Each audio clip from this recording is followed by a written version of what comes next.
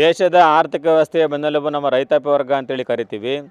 ಏನು ನಮಗೆ ಅಂಕಿಅಂಶಗಳ ಪ್ರಕಾರವಾಗಿ ಕರ್ನಾಟಕದಲ್ಲಿ ಸುಮಾರು 75ರಿಂದ 80 ಭಾಗ ರೈತರು ವ್ಯವಸಾಯವನ್ನೇ ಅವಲಂಬಿಸ್ಕೊಂಡಿದ್ದು ಜೀವನವನ್ನು ಮಾಡ್ಕೊಂಡಿರ್ತಕ್ಕಂಥ ಬರ್ತಾ ಇರೋದು ನೋಡಿದ್ದೇವೆ.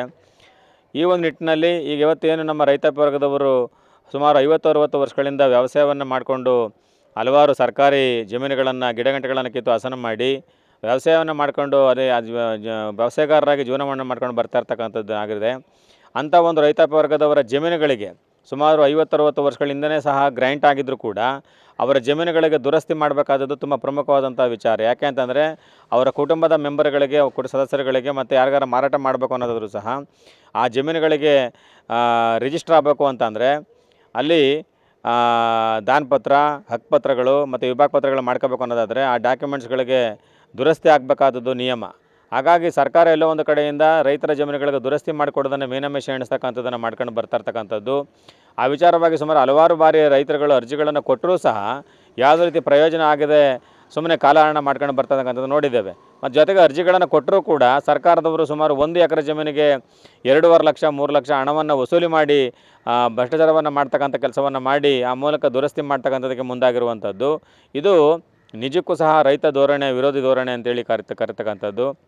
ಹಾಗಾಗಿ ನಾವು ಕರ್ನಾಟಕ ಪ್ರಜಾ ಪಾರ್ಟಿ ವತಿಯಿಂದ ಇವತ್ತು ಪತ್ರಿಕಾಗೋಷ್ಠಿಯನ್ನು ಮಾಡಿದ್ದೇವೆ. ಸರ್ಕಾರಕ್ಕೆ ಮನವಿಯನ್ನು ಸಲ್ಲಿಸ್ತಕ್ಕಂಥದ್ದನ್ನು ಸಹ ಹಿಂದೆ ಮಾಡಿದ್ದೀವಿ. ಕೂಡಲೇ ನೀವು ರೈತರುಗಳಿಗೆ ಬೇಕಾದಂತಹ ದುರಸ್ತಿ ಕಾರ್ಯಗಳನ್ನು ಮಾಡುವುದರ ಮೂಲಕ, ಅಂದರೆ ದುರಸ್ತಿ ಕಾರ್ಯಗಳನ್ನು ಇಬ್ಬರು ರೈತರುಗಳಿಗೆ ಮಾಡ್ತಕ್ಕಂಥದ್ದಲ್ಲ, ಇದು ಆಂದೋಲನವಾಗಿ ಸಾಮೂಹಿಕವಾಗಿ ದುರಸ್ತಿ ಕಾರ್ಯವನ್ನು ಮಾಡ್ತಕ್ಕಂಥದ್ದಕ್ಕೆ ಮುಂದಾಗಬೇಕು. ಆ ನಿಟ್ಟಿನಲ್ಲಿ ನೀವು ರಾಜ್ಯಾದ್ಯಂತ ಆಂದೋಲನಕ್ಕೆ ಕರೆ ಕೊಡಬೇಕು. ದುರಸ್ತಿ ಮುಕ್ತ ರಾಜ್ಯ ನಿರ್ಮಾಣ ಮಾಡ್ತಕ್ಕಂಥದ್ದಕ್ಕೆ ಮುಂದಾಗಬೇಕಾಗುತ್ತೆ.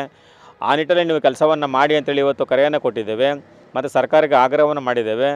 ಮುಂದಿನ ದಿನಗಳಲ್ಲಿ ಆ ರೀತಿಯಾದಂತಹ ದುರಸ್ತಿ ಕಾರ್ಯಗಳನ್ನು ವಿಳಂಬವನ್ನು ಮಾಡಿದ್ದೇ ಆದಲ್ಲಿ ಕರ್ನಾಟಕ ಪ್ರಜಾ ಪಾರ್ಟಿ ವತಿಯಿಂದ ರಾಜ್ಯಾದ್ಯಂತ ಒಂದು ದೊಡ್ಡ ಮಟ್ಟದ ಒಂದು ಕಾರ್ಯಕ್ರಮಗಳನ್ನು ಹಮ್ಮಿಕೊಳ್ಳುವುದರ ಮೂಲಕ ರೈತಾಪಿ ವರ್ಗದವರ ಗಮನ ಅಂದರೆ ಅವರ ಒಂದು ಅರಿವನ್ನು ಮೂಡಿಸ್ತಕ್ಕಂಥ ಕೆಲಸವನ್ನು ಮಾಡ್ತಕ್ಕಂಥದ್ದು ಇರ್ಬೋದು, ಸರ್ಕಾರಕ್ಕೆ ಗಮನವನ್ನು ಸೆಳೀತಕ್ಕಂಥ ಕೆಲಸವನ್ನು ಮಾಡ್ತಕ್ಕಂಥದ್ದು ಇರ್ಬೋದು.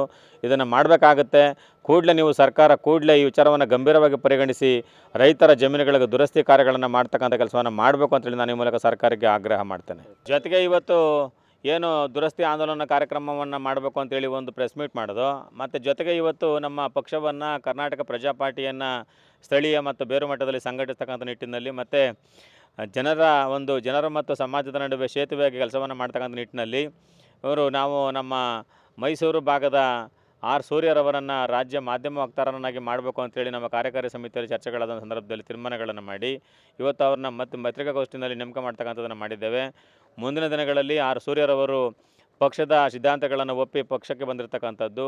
ಆಗ ಪಕ್ಷವನ್ನು ಬೇರು ಮಟ್ಟದಲ್ಲಿ ಸ್ಥಳೀಯ ಮಟ್ಟದಲ್ಲಿ ಸಂಘಟಿಸ್ತಕ್ಕಂಥ ಕೆಲಸವನ್ನು ಮಾಡ್ಕೊಂಡು ಇಡೀ ರಾಜ್ಯಾದ್ಯಂತ ದೊಡ್ಡ ಮಟ್ಟದಲ್ಲಿ ಕರ್ನಾಟಕ ಪ್ರಜಾ ಪಾರ್ಟಿಯನ್ನು ಸಂಘಟಿಸ್ತಕ್ಕಂಥ ಕೆಲಸವನ್ನು ಮಾಡಲಿ ಅಂತೇಳಿ ಹಾರೈಸಿ ದಿನ ಅವ್ರನ್ನ ನೇಮಕವನ್ನು ಮಾಡಿದೆ. ಖುಷಿ ಆಗ್ತಾ ಇದೆ. ಸೊ ಈ ಒಂದು ಅವಕಾಶ ನನಗೆ ರಾಜಕೀಯದ ಮುಂದಿನ ಒಂದು ಕನಸಾಗಿತ್ತು. ನನಗೆ ಮುಂದಿನ ದಿನಗಳಲ್ಲೂ ಕೂಡ ಒಂದು ಕನಸಾಗಿತ್ತು. ಅದನ್ನು ಒಂದು ಅವಕಾಶ ಕೊಟ್ಟು ನನಗೆ ಕರ್ನಾಟಕ ಪ್ರಜಾ ಪಾರ್ಟಿ ಪದಾಧಿಕಾರಿಗಳು ಹಾಗೂ ನನ್ನ ರಾಜ್ಯಾಧ್ಯಕ್ಷರಿಗೂ ಕೂಡ ಧನ್ಯವಾದಗಳನ್ನ ಹೇಳೋಕ್ಕೆ ಇಷ್ಟಪಡ್ತೀನಿ. ಮತ್ತು ಈ ಜವಾಬ್ದಾರಿ ಕೊಟ್ಟಿದ್ದಾರೆ, ಈ ಜವಾಬ್ದಾರಿಯನ್ನು ನಾನು ಸಂಪೂರ್ಣವಾಗಿ ನಿಭಾಯಿಸ್ತೀನಿ ಅಂತ ಹೇಳಿ ಈ ಮಾತನ್ನು ಮುಗಿಸ್ತೀನಿ ಸರ್. ಪಕ್ಷಕ್ಕೆ ನನ್ನ ವೈಯಕ್ತಿಕವಾಗಿ ಹೇಳ್ಬೇಕಾದ್ರೆ ಒಂದೇ ಮಾತಲ್ಲಿ ನನ್ನ ತನು ಮನ ಧನ ಎಲ್ಲವನ್ನು ಕೂಡ ಅರ್ಪಿಸ್ತೀನಿ ಅಂತ ಹೇಳಿ ಒಂದೇ ಮಾತಲ್ಲಿ ಹೇಳ್ತೀನಿ.